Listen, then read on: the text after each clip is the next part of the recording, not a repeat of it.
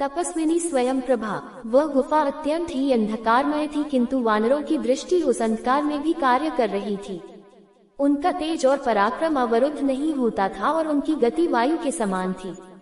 तीव्र वेग के साथ वे उस गुफा के भीतर पहुंच गए। भीतर पहुंचकर उन्होंने देखा कि वह स्थान अत्यंत उत्तम, प्रकाशमान और मनोहर था। चारों ओर साल, ताल, तमाल, नागकेसर, अशोक, धप, चंपा, कनेर आदि के पुष्पयुक्त वृक्ष दृष्टिगत हो रहे थे। वे सभी वृक्ष सुवर्णमय थे, उनसे अग्नि के समान प्रभा निकल रही थी और उनके फल फूल भी सुनहरे रंग के थे।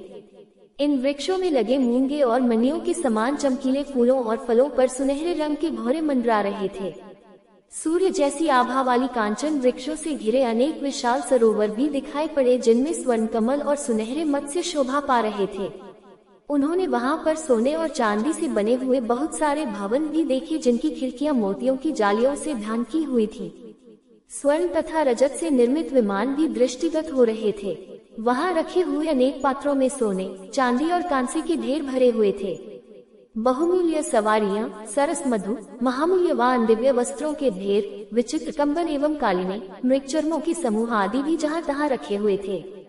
कुछ दूर जाने पर उन्हें वकल और काले रंग का मृगचर्म धारण किए हुए एक स्त्री दिखी, जिसका मुख तपस्या के तेज से दमक रहा था। परम बुद्धिमान हनुमान जी ने उस तपस्विनी के पास जाकर हाथ जोड़कर कहा, देवी, आप कौन हैं? ये गुफा, ये भवन तथा ये रत्नादि किसके हैं? हे देवी, हम लोग भूख, प्यास और थकावट से व्याकुल होकर जल मिलने की आशा से इस गुफा में चले आए हैं, किंतु यहाँ के अद्भुत पदार्थों को देखकर हमारी विवेक शक्ति लुप्तप्राय हो गई है। ये सब आपकी तपस्या के प्रभाव से हुआ है या ये कोई आसुरी माया है? तपस्विनी ने ये कहकर कि तुम सब पहले भोजन ग्रहण कर लो, उन सभी को शुद्ध भोजन, फलमूल आदि दिया। फिर भोजन से तृप्त हुए वानरों से तपस्विनी ने कहा, वानर श्रेष्ठ, इस दिव्य सुवर्णमय उत्तम भवन को दानव शिरोमणियों के विश्वकर्मा मयासुर ने बनाया है। इस भवन में निवास करते हुए मयासुर का संपर्क हेमा नाम की अप्सरा से हो गया, जिससे क्रुद्ध होकर देवराज इंद्र ने अपने वज्र से मयासुर का वध कर डाला। अब ये स्थान हेमा के ही अधीन है। मैं मेरसावर्णी की कन्या हूँ और मेरा नाम स्वयं प्रभा है। हेमा मेरी प्रिय सखी है, उसी के द्वारा नियुक्त होकर मैं इस स्थान का संरक्षण करती हूँ। अब तुम लोग बताओ कि तुम लोग किस प्रयोजन से घूम रहे हो?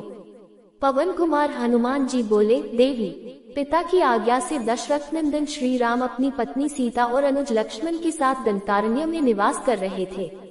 जनस्थान में आकर रावण ने उनकी स्त्री का बलपूर्वक अपहरण कर लिया। श्री राम वानर राज सुग्रीव के मित्र हैं। हम लोग अपने राजा सुग्रीव की आज्ञा से जानकी जी की खोज कर रहे हैं। हमें इस गुफा से बाहर निकलने का कोई मार्ग नहीं दिख रहा है, अतः आप हमें यहाँ से बाहर निकालने की कृपा करें ताकि हम अपने कर्तव्य को पूर्ण कर सकें। तपस्विनी स्वयं प्रभा ने कहा, श्रेष्ठ वानरों, यद्यपि इस स्थान में आ जाने वाला जीवन भर यहाँ से बाहर नहीं निकल सकता, किंतु मैं अपने तप के प्रभाव से तुम सबको यहाँ से बाहर निकाल दूंगी। तुम सभी अपनी आंखें बंद कर लो। वानरों के आंख मूंदते ही स्वयं प्रभा ने निमिष मात्र में उन्हें गुफा से बाहर निकाल कर कहा, अब तुम अपनी आंखें खोल लो। ये देखो, तुम्हारे समक्ष महासागर लहरा रहा है। तुम्हारा कल्याण हो। इतना कहकर तपस्विनी स्वयं प्रभा अपने स्थान में वापस चली गई।